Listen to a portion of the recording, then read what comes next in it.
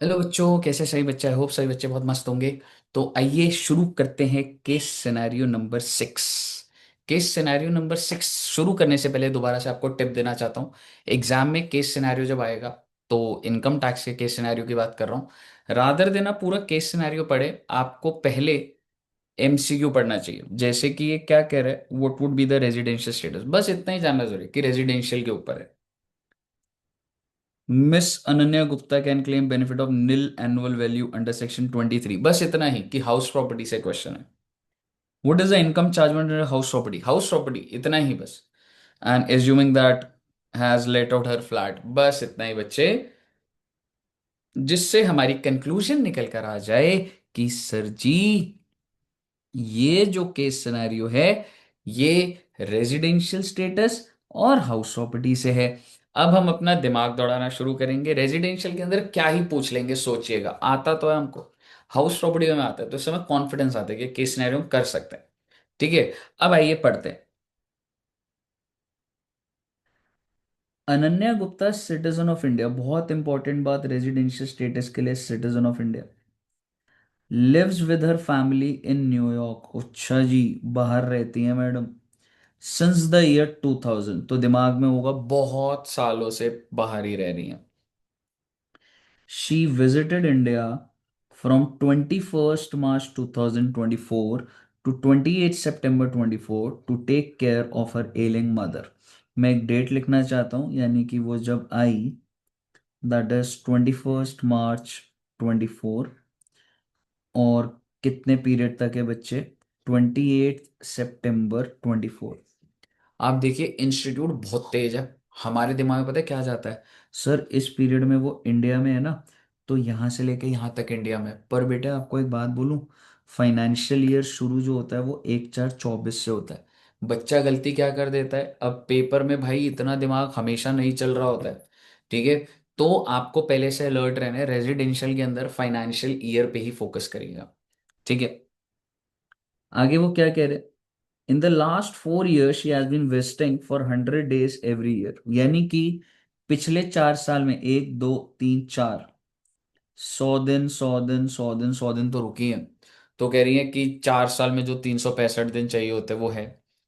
ठीक है, now she owns apartment in New York. अच्छा जी, न्यूयॉर्क में घर है, which is use as a residence.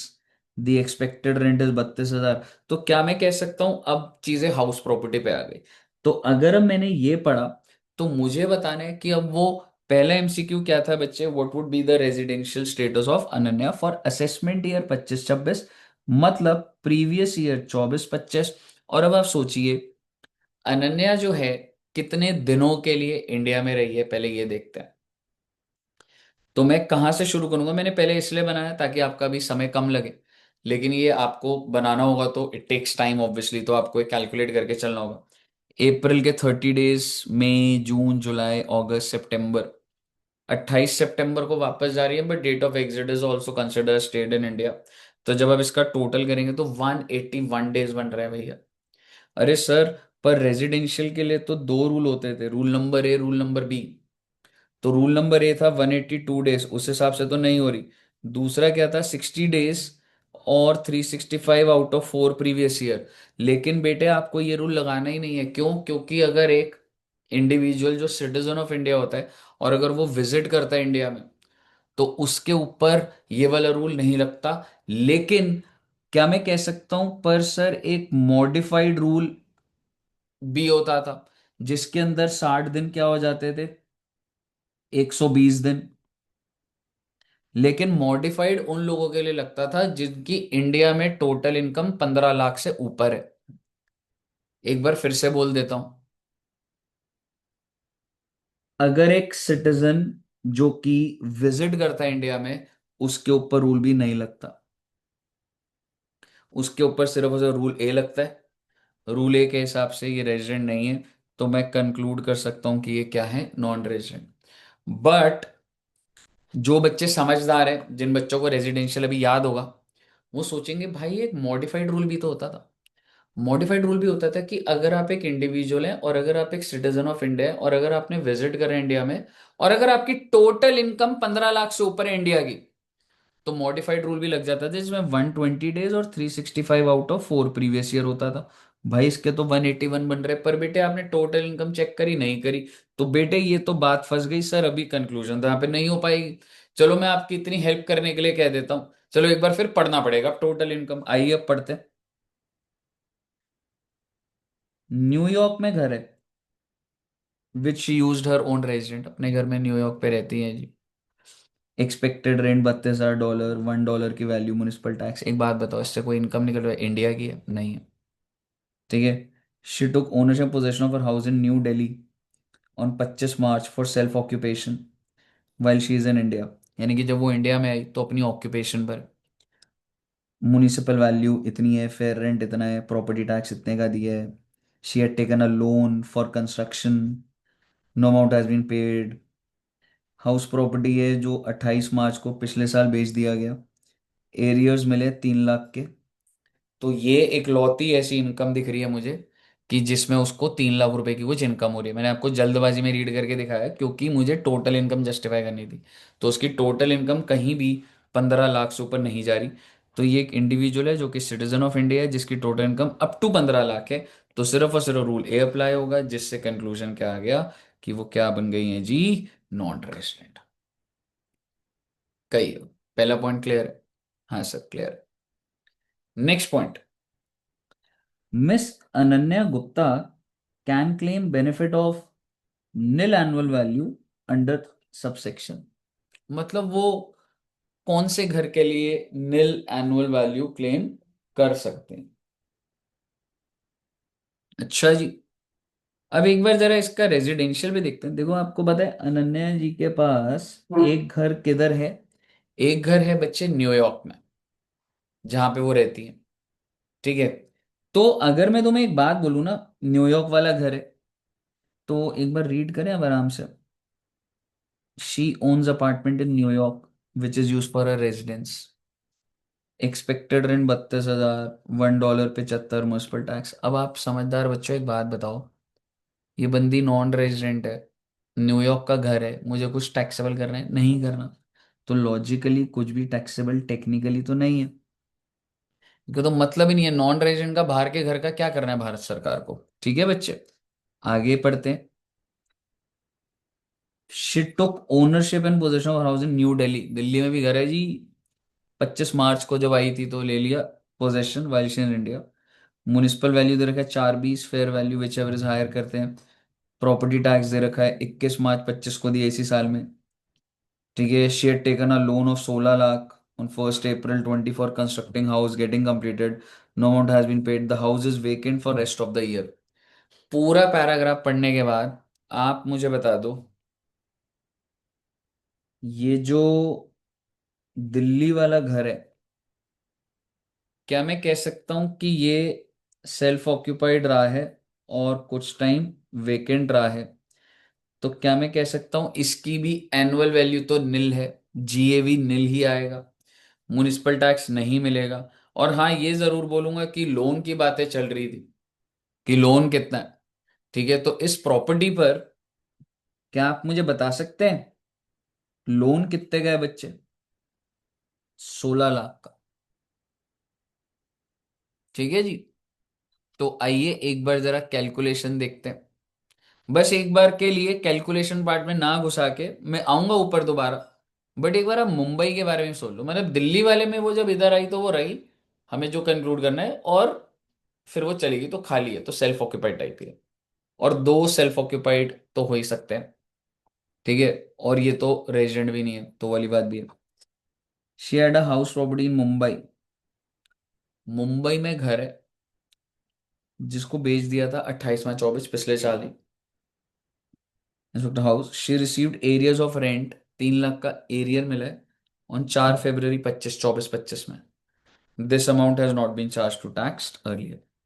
अगर एरियर्स मिले 3 लाख के तो ट्रीटमेंट क्या होता है बच्चे? 3 लाख में से 30% माइनस कर देते हैं 90,000, और 2 लाख 10 को टैक्सेबल कर देते हैं। ठीक है। She does not have any income from any other source, X wants to exercise the option to shift out of default, यानी कि वो ओल्ड टैक्स रिजीम में जानी चाहिए। Based on the facts given below choose the most appropriate answer. तो अगर मैं आपसे बात करूं रेजिडेंशियल स्टेटस की, तो मैंने बात कर ली थी बच्चों, क्यों नॉन रेजिडेंट है। अब पढ़ते हैं। Miss Ananya can claim benefit of nil annual value under subsection in respect of. अब आप मुझे एक बात बताइए, एक तो उनके पास न्यूयॉर्क में घर था, एक न्यू दिल्ली, और एक मुंबई। और अगर मैं 24-25 की बात करूं, तो ये घर की तो वो मालिक अब है ही नहीं, बेच दिया था। ये आउटसाइड इंडिया है, तो इसका भी कोई सवाल ही नहीं होता। लेकिन न्यू दिल्ली वाले हाउस का, क्या वो निल एनुअल वैल्यू, एनुअल वैल्यू निल ले सकते? बिल्कुल ले सकते, because it's like self occupied. तो आपका ये एमसीक्यू हो जाएगा कि वो दिल्ली हाउस का। सर बाकी ऑप्शन क्या है? New York house is more beneficial. क्या मतलब है बेटे न्यूयॉर्क हाउस का? नॉन रेजिडेंट को, बाहर वाले को निल दिखा के क्या मिल जाएगा? ठीक है, Delhi house New York deem let out, नहीं बच्चे ऐसा नहीं है। Both Delhi house in New York, नहीं, since both nil value is to house property, नहीं। बेसिकली जो बाहर वाला है उसका कुछ करना ही नहीं है मुझे। बताइए, कोई दिक्कत? अगर कोई दिक्कत नहीं है, तो अगला केस सिनेरियो देखिएगा बच्चों। What is the income chargeable under the head income from house property? अब बड़े ही प्यार से सुनिएगा। न्यूयॉर्क वाले हाउस के लिए तो निल है, वो जितनी मर्जी डेटा देता जाए, कंफ्यूजन नहीं करनी है। अब अगर मैं मुंबई वाले घर की बात करूं, आइए मुंबई वाले घर के बारे में चाहे दोबारा पढ़ लो। मुंबई का घर था, 28 मार्च 24 को बेच दिया पिछले साल। करंट ईयर में सिर्फ एरियर्स मिला है 3 लाख का, स्टैंडर्ड डिडक्शन मिल जाएगी। तो देखिए जी, मुंबई में 3 लाख स्टैंडर्ड डिडक्शन, 2,10,000 रुपए की मुंबई की इनकम। अब सिर्फ और सिर्फ कौन से घर की बात होगी बच्चे? दिल्ली की। और दिल्ली का घर है सेल्फ ऑक्यूपाइड। तो सेल्फ ऑक्यूपाइड है, तो ले दे के बाद सिर्फ इंटरेस्ट की रह जाती है। अब अगर आप इंटरेस्ट के बारे में सोचेंगे, तो लोन कितने का है जी? 16 लाख का। रेट कितने का है? 10%।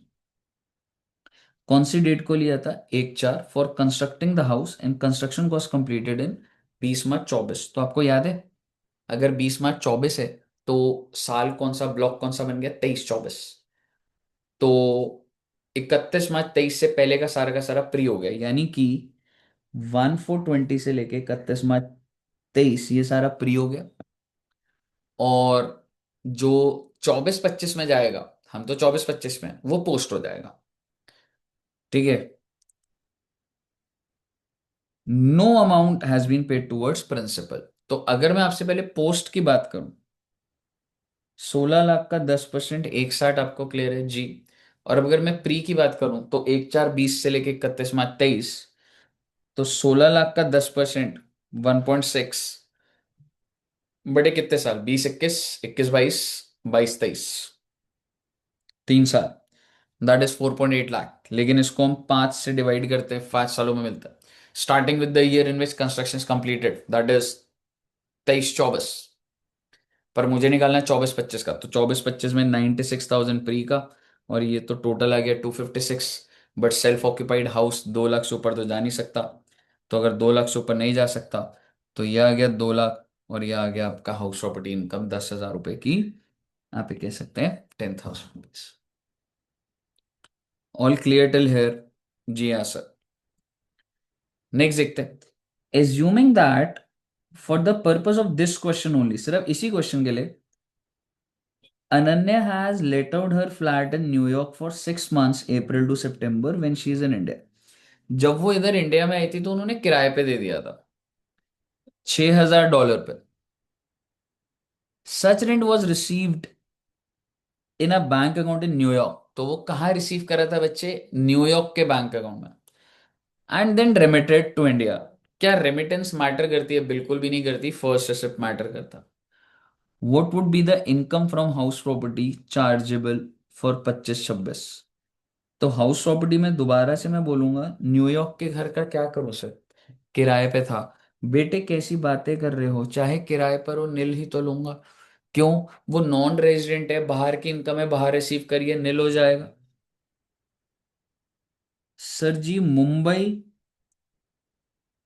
और दिल्ली, इसके लिए 10,000 था, जो ऊपर वाले तो 10,000, तो इसका करेक्ट आंसर हो जाएगा 10,000।